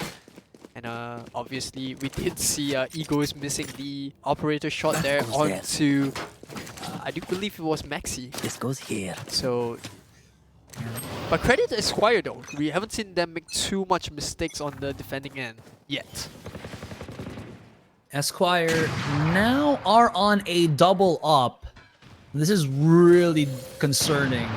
Now that they don't actually have anybody to smoke out Maxi on A-Long because they use the smoke somewhere else, more C-sided, Maxi has full control on Long, and he should have so much info that nobody is pushing that particular angle at all. Yeah. So he's covered everything, but now they're about to explode right here. The flash was not actually able to blot out the vision, and here we go, Tetris Gaming to come out, plus the slow orbs will stop them in their tracks. Pandemonia does still shut down Mask on, but the push onto B was unsuccessful. Still able to do much out of this one, and that big pull sees a good chunk of the members of Paper Rex. They might be pushed to go on Long, but this is where Maxi will reign supreme. If they try to go for it though, maybe Garage, but now they have to go back to the drawing board. Still 40 seconds on the clock. They do not have an ultimate. That's the, or rather, that's the Omen's ultimate, to scout out where the members of Paper Rex are. Yeah, and even if, it didn't scout anyone out, it does put Esquire, or rather, it does put Paper Rex onto their guard now.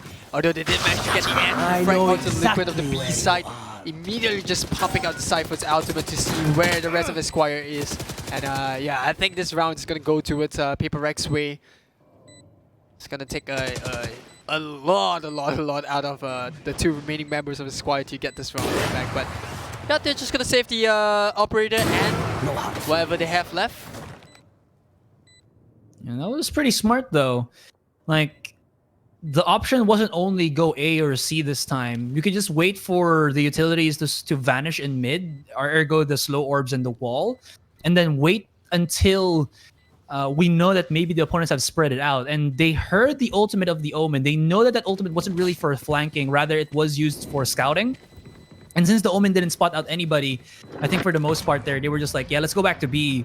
And it worked out well for them. Brandon's still a very formidable entry fragger.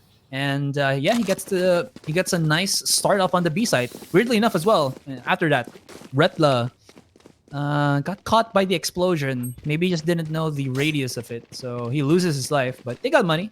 They got money to buy him up. He's good. In the words of Sova, I have money. But yeah, Esquire just trying to get those rounds in the back as much as they can, and even when they don't, they try to punish as much as possible onto Paper Rex economy.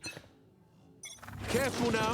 And something for the line I would like to mention is I would have definitely preferred a breach over the Phoenix, especially if they know that they're on the defending end. And it's just so good. Like, breach is just so good in Haven because you get so much out of his Rolling Thunder.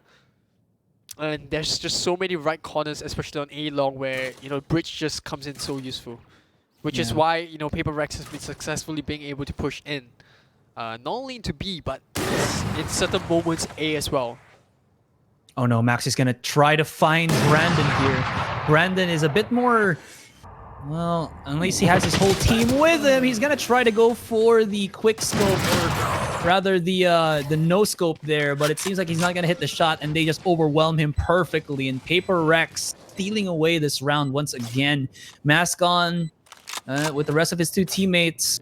They're maybe gonna try to go for some exit frags, but that's about as good as it gets for the 6th round. Yeah, and they lost the operator. Yeah.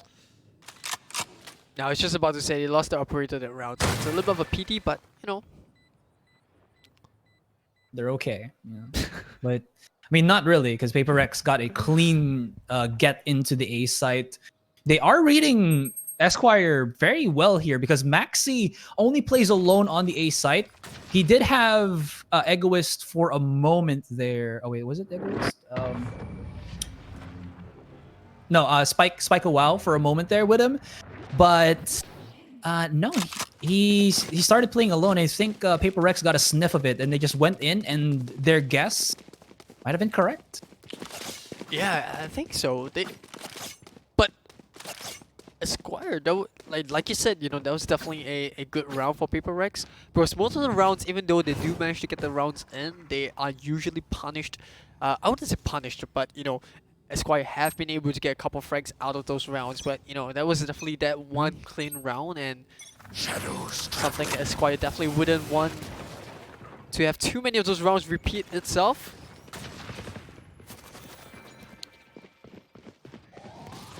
Slowly pushing onto the C long area.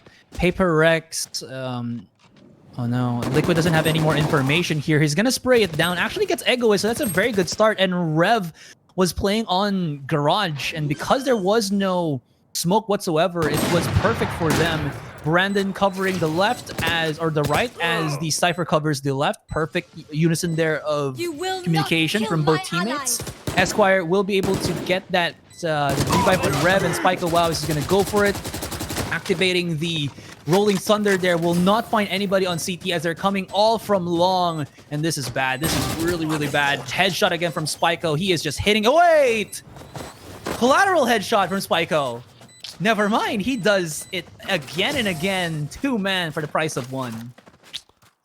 Yeah, just getting whatever he can get. And, you know, I would say so far, you know, the fact that Esquire has been able to you know, they are keeping, you know, Paper Rex in touch in terms of the number of rounds, you know, and just in reach. And this is just going to translate so well for them if they do keep up with this results that they've been getting on the defending first half of the map. And I remember the fact that they won the first map means that if they do win this one, they are the grand champions. That's true. They're 1 above already, and this is just a best of 3. So now is the do or die time for Paper Rex. I mean, still pretty early on second game, but you know what I mean. Also, you know, out of context here, guys on the chat, and you as well, Iris, did you know that there's a new glitch happening with Omen right now? That if you teleport or if you use Shrouded Step, when if you put Omen on his smoke and then you use Shrouded Step, the smoke turns into like a wall hack that can see through the smoke. It's insane. Nice. Just Valorant things.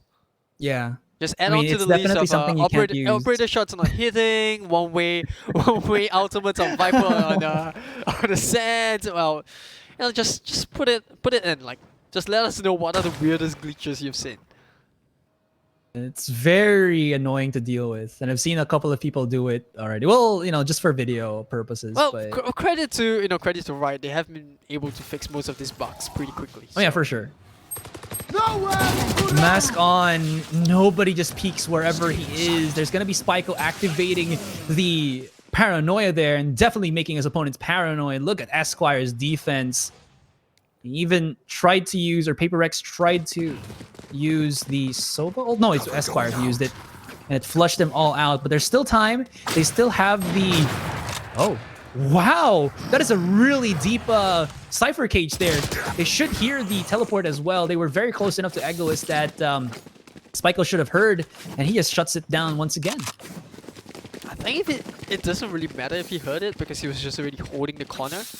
And yeah, I mean the only agent that realistically could have made that happen was the Omen, but you know, it was the bridge that went in hit on first, so Maxi is definitely, you know, as long as he got the first shot off, he would have been good. So Paper Rex currently beat them back. Not exactly working out in terms of strategies that they're pulling on the attacking end, and Esquire just doing a fantastic job with the utilities.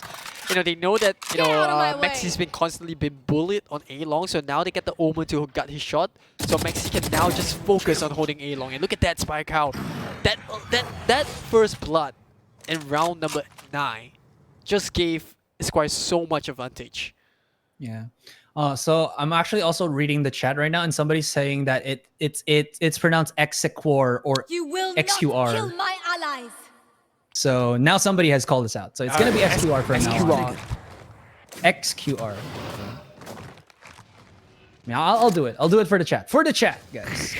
It's all for you. Yeah, we got you. Maxi though, does he got us? Does he got his teammates? He can't hit the second or the first, but he does hit the second, but he had to trade his life for that one. That was a really beautiful flick there, but he could have done so much more damage. And Brandon challenges Spyco right as he was peeking through outside of window there. And he's not done just yet. If this comes out, he might charge right through. But he got afraid. And the Pop-Tart connecting. The flash to come out as well, and Rev is clearing out these angles like a madman. Pandemonium gets a shutdown onto Mascom, but this is going to leave him on into that really weird scenario. Liquid does get the kill. Pandemonium almost getting that triple spray down. And XQR able to defend it 5-4, but still very, very close, like what we saw on Ascent. Yeah, that shock dart coming in just at the right time, you know, that definitely give Squire so much, I would say, so much more of an advantage, you know, because if Jet was still alive in the fight, it was a 3v3, you know, there's a lot of angles that they have to kind of gut, but, you know, the shock dart just put them in such a huge lead, you know, 3v2. Right here. And like I said, when you retake, Right here. the most important thing is that you try to have one man advantage, so you can trade off those refrags, and that's what exactly worked out for them. Rev is a madman possessed. He had his ultimate, and Pandemonium thought it was a good idea to challenge him. But, you know, Rev definitely revved up on that one, but you gotta give it also to the man who stole the highlight. It's Spyco with the play. Oh my god, he was able to sneak underneath window and get 2 kills out of that rotation. A real slap into the face of Paper Rex. Egoist is here on C window himself. He's gonna get flashed up. He spots out Rev, but Rev was too quick on that trigger. And what in God's name was that? That was so good. Yeah, at this point in time, Paper Rex is just getting caught all over the map, and I think they need to slow down the pace, take a step back, and try to, you know, gather themselves, because in the first few rounds, you know, it kind of looked even, and then, you know, Esquire starting, or rather, XQR, as the chat says, they're starting to pull all of these rotations out. You know, they're switching things up, try to get the Omen all across the map, try to get the Phoenix swapping between A and B, use the running back to get these early game advantages, and, you know, things just not working out for Paper Rex, so they have to slowly try to gather their composure, which is, you know, I think one of the reasons why things are just not working out for them. That was so ballsy from Retla. He does not have a resurrect or the dink from Rev K though. Oh la la la. He's gonna see more people coming out from mid, and the multiple splashes finally catches one though. That's gonna net the rotation coming out from this team, and he just sprays it down, but he's not gonna find any more targets. Pandemonium back onto his ghost, or his guardian rather, and he is hitting the shots once again. Pandemonium, he's done this before earlier today and is doing it again. They finally given him the guardian, and this guy is clutching it. Everybody is very much injured, so maybe Maxi can just clutch this with his pistol. Well, they're weak. He has the information, but with the operator, he can't be as creative or as more forward than he would want to. Looking out the corner here. He knows one is there already. He sees it, just shoot through it, and he does. Maxi. The beeping is getting closer and closer. Going for the corner here. He's going so slowly, and he tries to go for the no-scope, but it was a no-go. Oh my goodness, Paper Rex still able to clutch that. He could have just whipped out his pistol, but he didn't know his opponent was wasn't healed up yet. Yeah, that's the thing about facing a Sage, is you never know how low your opponents are, because there's always that heal coming through. And even though Rev did manage to get the tap onto the Sage's head early into the round, yeah, you can see that definitely having a Sage in your team can always turn the tide of the fight. It's a big breath right there. That was like, you know that emoji with the noses flaring up and the like smoke or the cloud coming out from the nostrils? Yeah, that's what I'm feeling right now. That is, everything is just so tense in this game. Everything is just so back and forth. So much highlights. Yeah, true. Very true. Spyco going to be pushing through the smoke here, but everybody was there to welcome him. Hey, Spyco, what's up? I see you. And that's going to allow Paper Rex here to claim the A site. Somebody is already up on heaven. Going to be Brandon. They spot him out. He will get a bit more passive and just give it up, because it's a 5v3. They have all the advantage in the world. Not really much utility for XQR to use anymore. And what's also there is that this is last round of the first half.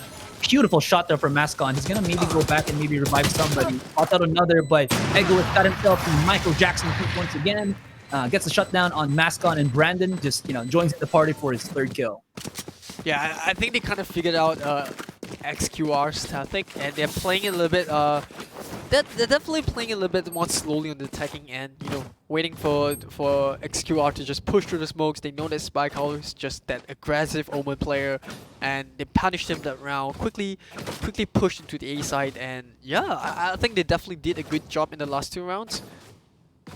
So they definitely gathered the composure. That's something that I mentioned previously, because you could definitely see in the rounds that XQR were winning. They were just all over the place. Hyperx were not coordinated. They're counting a lot on the entry frags. I think they were just falling back onto the CS:GO instincts that they had.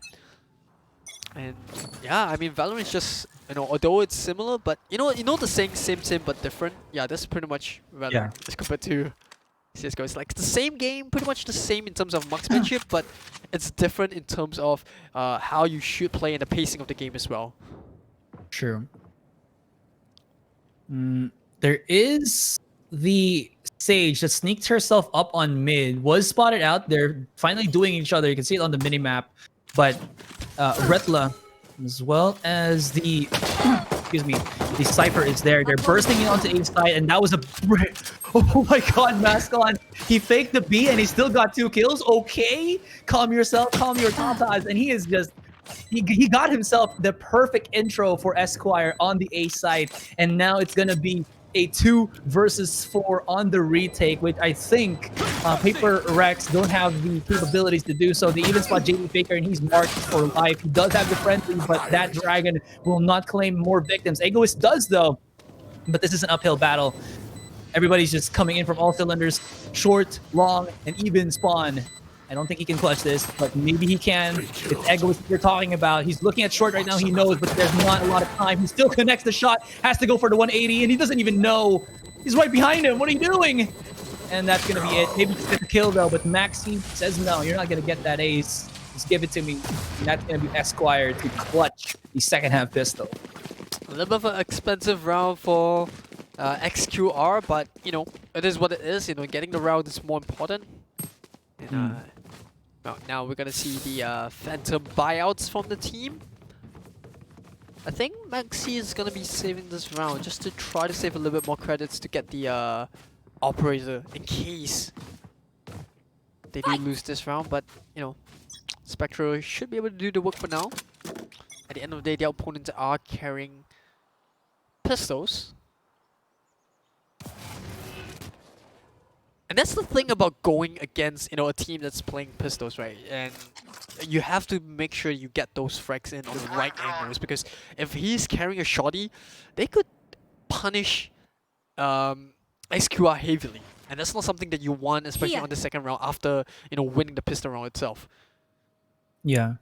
And you can't win the second, the round after the pistol with like 4 people dying from your team, because the big issue about that is the economy in Valorant is different from CS:GO, wherein if you don't get a clear win on the second round after pistol, it's just so easy to lose economy. And that's why you want to get at least a flawless or a near flawless win. Anyways, that was such a great simulated simultaneous attack. Pandemonium is going to try to jump up and down, and he's not going to be able to survive. That's going to be a flawless for them. Yeah, the slowdown from the frags to the body just... Yeah, it's such a punishing mechanic of the game where, if you get tagged, you just come to almost a complete halt. So it's very vital that you get those first, even if it's not a headshot, at least try to get those tags onto the body, and then you slow the opponents down, and then it makes it easier to get the frag in. Yeah. That's how it works, right? Like, I mean, that's how they change it as well in the patch. Like, if you're peeking through walls there, it's easier for you to get out of harm's way. But when you're out in the open like that, one tag is you're dead, man. Basically a slap in the face. Exactly. You're dead. Yeah. Think of this. Hyperx Sneaking up 4 people on short. They've done this in the previous round. Maybe they'll do it once again. Or rather, not Hyperx, Esquire rather. They're about to peek out. Pandemonium is going to get caught out here. Ooh, going to get tagged through. And then Rev was just doing short work of his opponent. He's not going to be able to beat that. Not Hot Wheels. Ooh, look at that. Boosts himself up onto window. Yeah. And it should be Esquire to get this round up. And just like that, 2 of the members with Spectres managed to upgrade to Phantoms.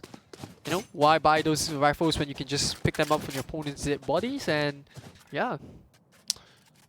XQR. It's the economical way to do, you know? In this day and age, economy, you gotta always try to get the better off. Yeah. This is the better deal. 1.3 to 2.9 upgrade. I'll take it. Any time of the day. And not only that, I don't think they got tagged too much there, so the armors are all just fine. Look at that spike out now. Just going for the aggressive play. A bit tough for him, I would say, but Maxi here trying to hopefully punish JD Faker. No! I mean, it was fine though, because at the end of the day, they got the round in, you know, they've pretty much know that they're gonna win it, so yeah, I mean, why not just try to go and punish Hyperx even more? That is very true. PRX are on kind of a, not really a weird buy, but a weak buy. Yeah, I think that's a better term. Weak buy here. A couple of light shields for Egoist and Faker. I mean, they are playing on the Vandal, so it's kind of a bit more or a bit better. Like, if you can hit the headshots, they're not going to lose much of their HP. Yeah, I mean, that's the thing about having 3 members that manage to, or 2 members that save that round, because the next round, you know, if you don't save, you're on half armor, you know, you're trying to force a buyout, but if you save, then you only got 2 members with rifles, and your opponents are gonna hunt those 2 members down. So you're always caught in the middle when that happens. Well, speaking of getting caught in the middle when it happens, Brandon has to, well, back away here as B has been immediately surrendered. He was the only one defending the site at the point. Oh, this could be big because they destroyed the Aldrone, so they don't know where Brandon was for the moment. Now picks up a Phantom. This could be good for Hyperx. They're actually backing away. Brandon spots 1, but Spyko out of nowhere gets 2 kills. Boosts himself up onto B, top of B. She sees him, shuts him down. Mascon on point on this one, and this leaves everything to the breach. 1v2, and Mask On is not going to allow Spyko to go down. His valiant efforts will not go unrewarded. And so close are we. A little bit of the Master Yoda speaking there. So close are we to game finish this game. Finish game, we must. And well, 10-6 though, right? Yeah, It's very it is. now. It is. And SQ are definitely living by those words. They're trying to end the game as fast as possible by not dragging it any longer. 10-6 in their favor. And I believe Hyperx, they managed to buy this round, but it's kind of a force buy once again. You know, Spectres on them. I think I spotted a couple of light armors on the operator user. Yeah, Rattler, no armor at all. But he's trying to push through the smoke, a little bit of a slow push. Oh, but there we go, the up shot. One more time, Rattler, no mistakes there. 3 kills onto Liquid. And the greedy play shut down by Rattler, the man himself.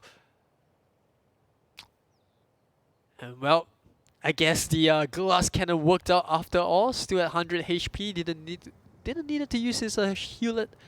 And you could definitely see all 5 members of Hyperx still up and alive and healthy, if I'll add to that.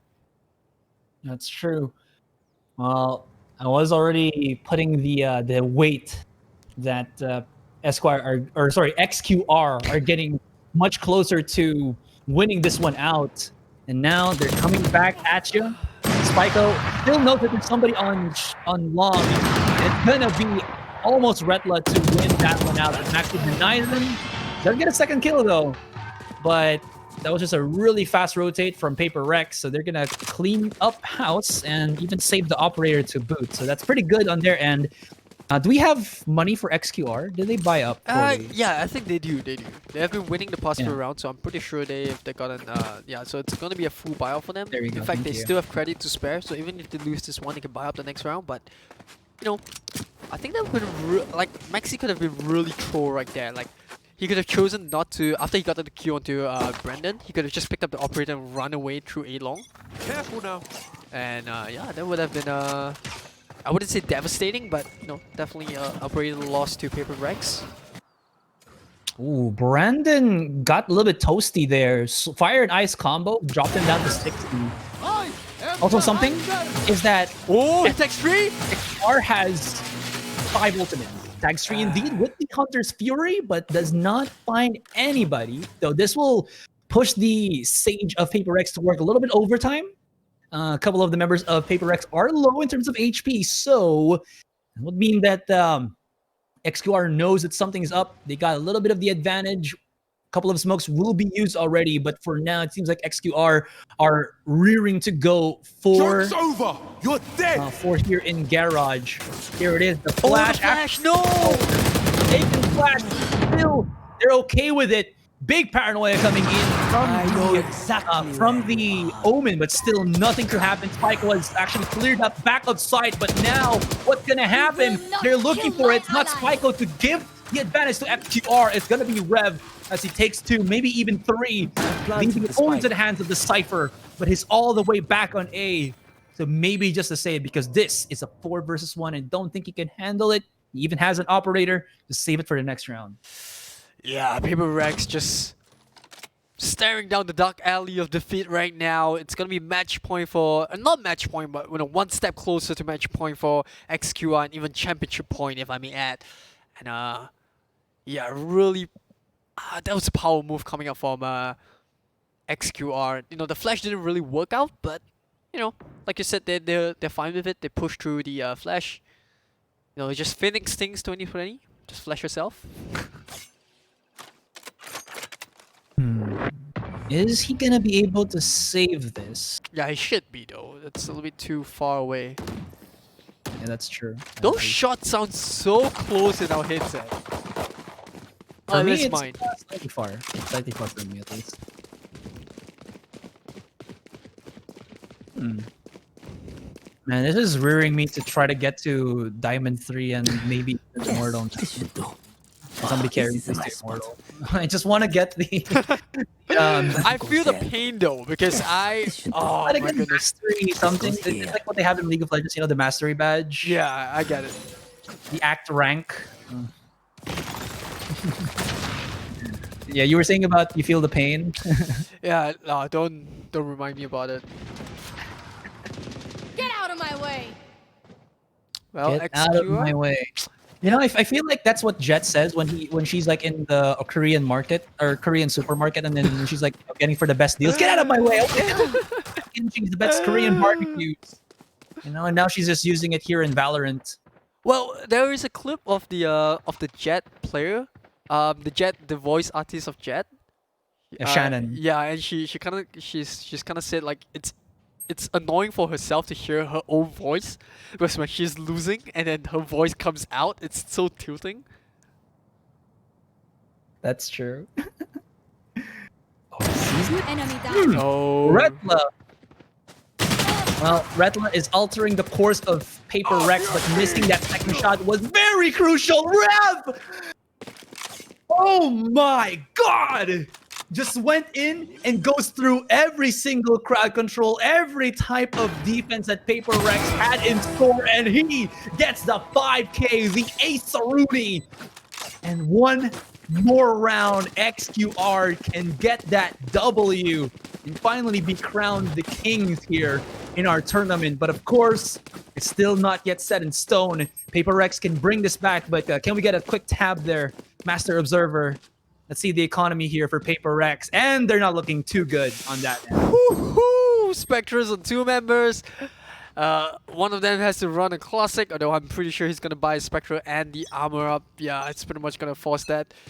Judge on JD Faker. Yeah, things definitely not looking too healthy. Paper Rex definitely have seen better days than this.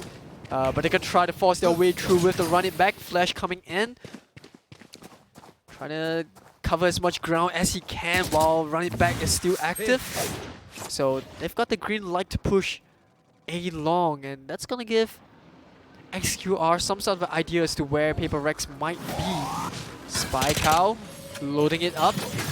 Sets the partner in. Cyber cages everywhere, but Mason is not going to be affected by that. Sprays right through the smoke, gets the kill onto Pandamoya. And I'm pretty sure that is going to be a huge confidence booster for them as they get the kill in. Get the spike plot down. Rattler trying to make something happen onto Heavens. JD Faker gets the kill with the Judge. Down to 6 HP. Has his Resurrect, but where are his teammates? The ball is just in a place where he can't touch them.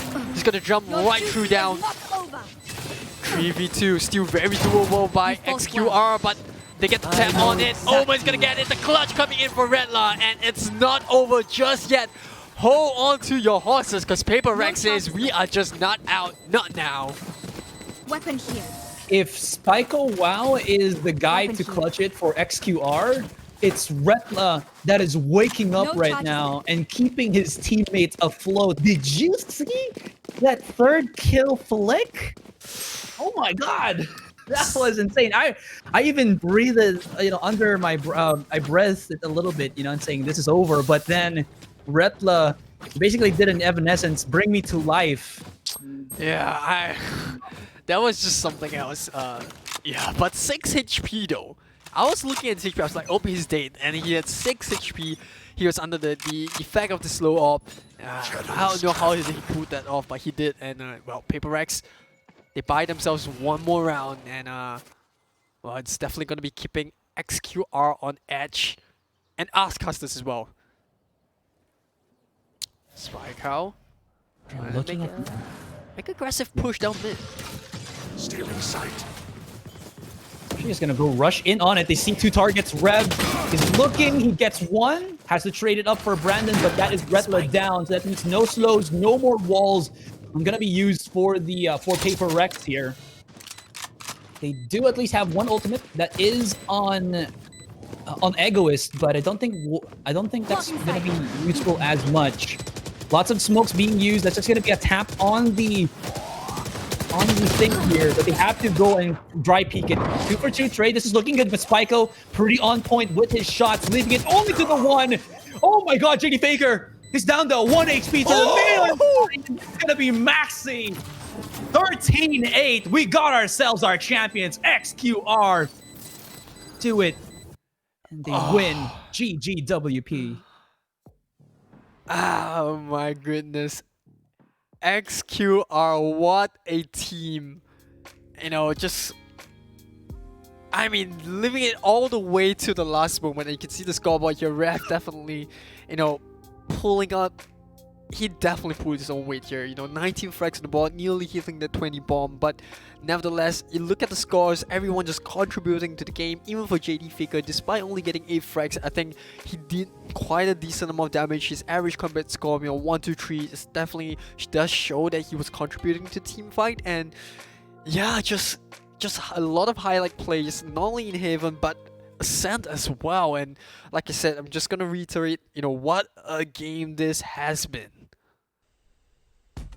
And it was just incredible, oh man, I'm stuttering here, but I felt like this game definitely outweighs all the others that we've watched. Even though the other games were also close, this was I wouldn't say the closest. I think the Ascent one is the closest, but even in Haven, look at that, even the very game-winning round, it was a 1v1 with the spike plant there.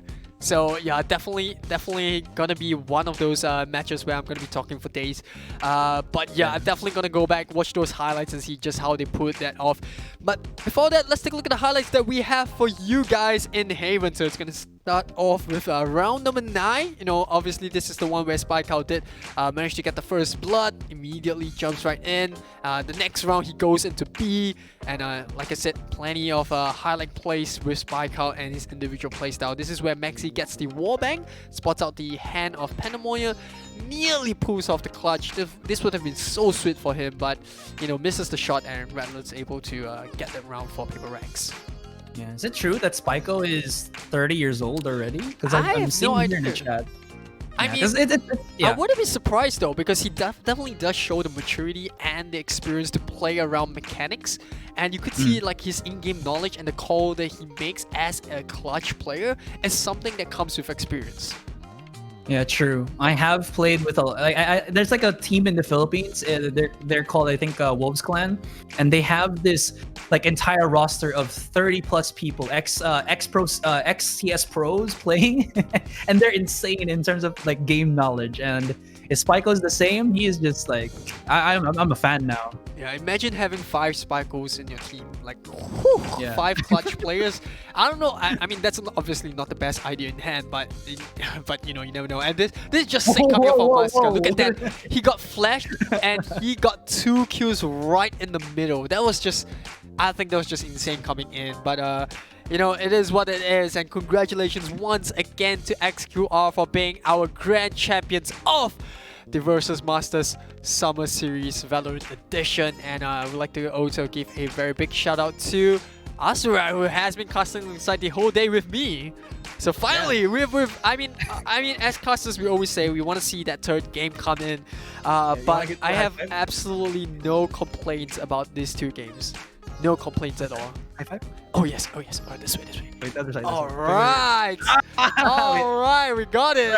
Oh, this is as close as we can get to social distancing. But yeah, what a game this has been. I think both of us, no complaints, I'm sure. Yeah, definitely no complaints. It was a treat to cast from start to finish. I am like, this is just like the thing that I love right now about Valorant, you know, with how Riot has allowed the C server to be connected as a C server, not per country with their other titles. It just allows us to have more players interact with each other. And granted, it is a SG versus SG team, I believe, in the grand finals. There was a lot of Four as well. I was kind of surprised because I know there are a lot of good teams out there in Southeast Asia. I'm not sure if they didn't join or, you know, it's just, you know, Singaporean teams being up on their game for this tournament. But yeah, it definitely would have been a lot more, I would say a lot more, but it would definitely be exciting to see other regions pull their metas and the way that they play into this tournament. Yeah, very, very true. And I mean, we can always look forward to, right? I mean, Versus Masters is going to keep continuing, and that means that we're just going to be here and more teams will be appearing, and you know, other